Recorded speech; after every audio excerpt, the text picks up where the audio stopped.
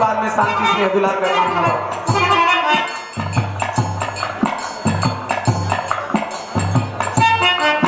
बैठ जाए आप लोग, बैठ जाए आप लोग, बैठ जाए शांति से, जिनको जगह जहाँ जगह मिले बैठ जाए। पांचू भैया लगातार हम यही कहते आ रहे हैं, जहाँ ओम प्रकाश दीवाना कबीरा हो वहाँ थोड़ा जगह बढ़ा देनी चाहिए। वो दिन बरसात हो गई संजय भाई वाला में, बैठ जाइए आप लोग, बैठ जाइए साहब लोग, आप लोगों की सुरक्षा में आए हैं। शाम को थोड़ी व्यवस्थाएं हो गई थी, आप लोग बैठ जाइए, इनको जहाँ जगह मिले, जगह का अभाव है, जो जहाँ है वहीं बैठ जाए।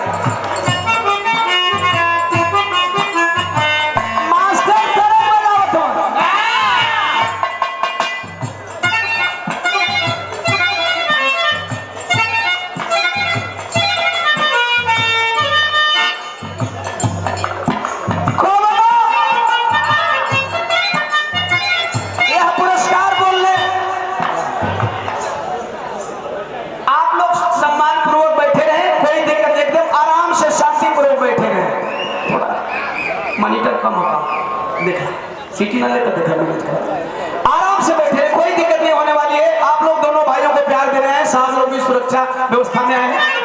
ये सुंदर पुष्पहार और 5000 रुपया दे करके सम्मान किया गया गाजीपुर सदर के वर्तमान प्रधान जी बड़े भैया उमा शंकर यादव जी। हम चाहेंगे जोरदार तालियों से स्वागत होनी चाहिए, और पूरी टीम को 500 दे करके आपने सम्मान किया।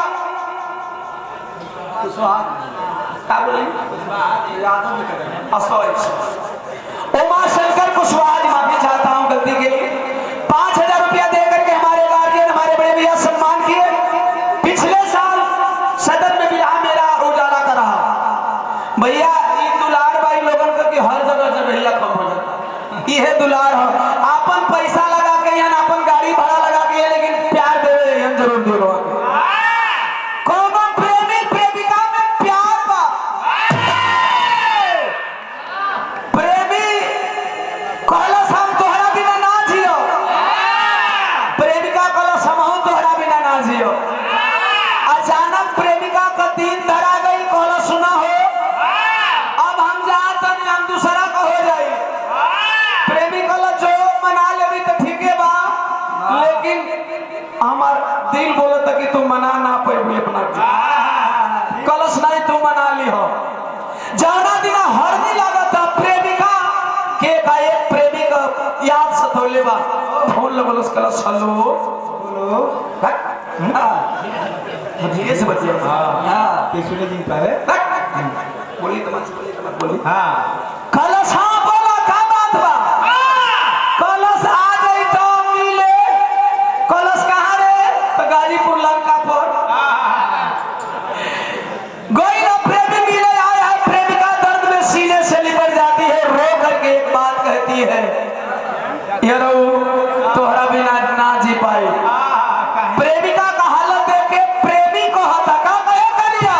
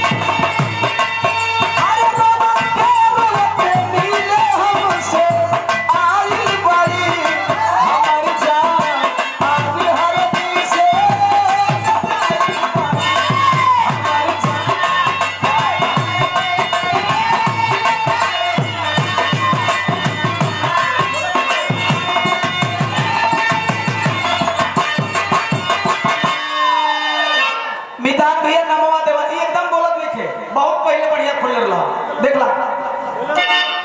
हेलो हेलो ए शशिकांत ग्राम सरैया भोजपुरी गायक कलाकार है। 150 रुपया बैठे थे तब देकर गए थे, 20 रुपया फिर देकर गए।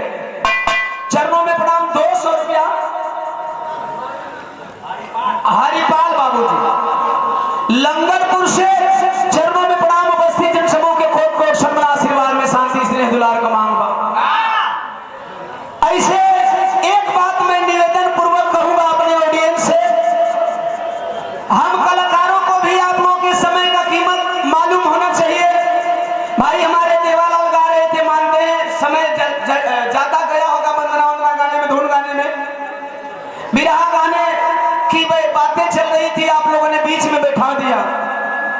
बिरहा जगत में पहली बार ऐसा हुआ है ओम प्रकाश दीवाना के साथ। हालांकि ऐसी घटनाएं रोज होती है, लेकिन मैं अपना समय देता हूं। मैं कलाकार हूं, कलाकार की बेइज्जती होती हुई मैं नहीं देख सकता। मैं कलाकार हूं। मैंने भाई से बोला कि भाई तुम मेरा टाइम लेकर के 5 मिनट गाओ, अगर लोगों को पसंद नहीं है। लेकिन भाई से मैं कहूंगा ऐसी गलती दोबारा नहीं करना। मैं गवाता, मैं बैठकर गवाता और आप लोग दोनों भाइयों को दुलार देंगे। मैं चाहूंगा बिरहा जगत में यह पहली बार ऐसा हुआ है कि ओम प्रकाश दीवाना किसी कलाकार का लोकगीत भी नहीं हुआ, आप लोगों ने मुझे खड़ा करा दिया। नहीं चाहिए। आप दोनों भाइयों को प्यार दुलार देने आए हैं, चाहे वो किसी भी समाज के लोग आए हैं, किसी भी समाज के। मेरा छोटा भाई है, मुझे कष्ट हुआ है। मैं हमेशा कलाकारों को भाई समझ करके मंच पे गवाता हूं।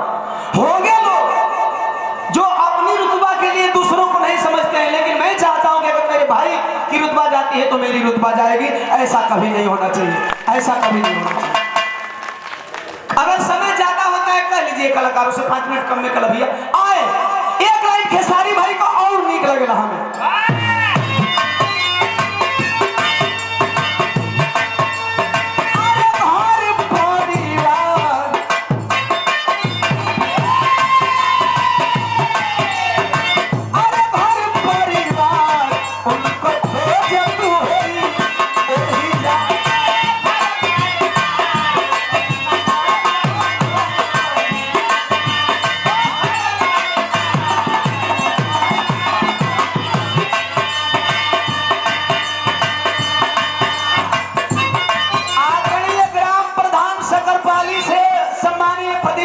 सुंदर पुष्पहार और 500 रुपया देकर के सम्मान करें।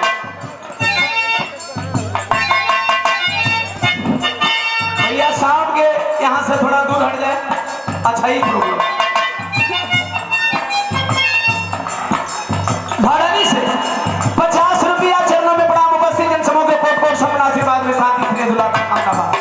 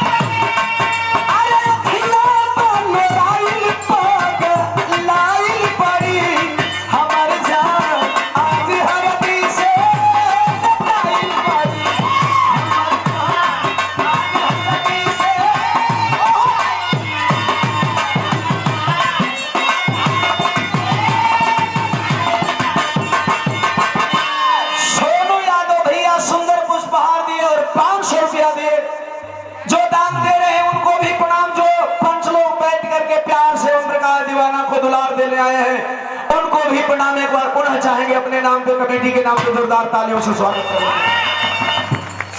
चरणों में प्रणाम। उपस्थित जनसमूह के कोट कोट सम्मान आशीर्वाद में शांति स्नेह दुलार का कामना बा, बेटवा का फरियाद बा।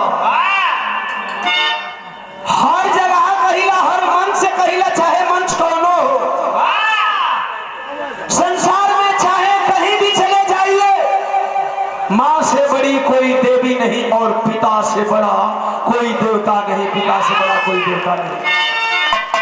यहाँ हम जितने लोग आए हैं हर लोग अपने माँ के संतान हैं। न माँ होती न हम होते, वो माँ ने जन्म नहीं दिया होता, न हम होते, न आप होते, न कोई और होता। उस माँ से शक्तिशाली दुनिया की कोई माँ नहीं हो सकती। जिस माँ ने मुझे और आपको धरती पे लाया, उस माँ से शक्तिशाली दुनिया की कोई माँ नहीं हो सकती। इसलिए यह बेटा उस माँ को याद करता है हर भजन में, जिस माँ ने मुझे इस लायक बनाया। कैसे बाबू?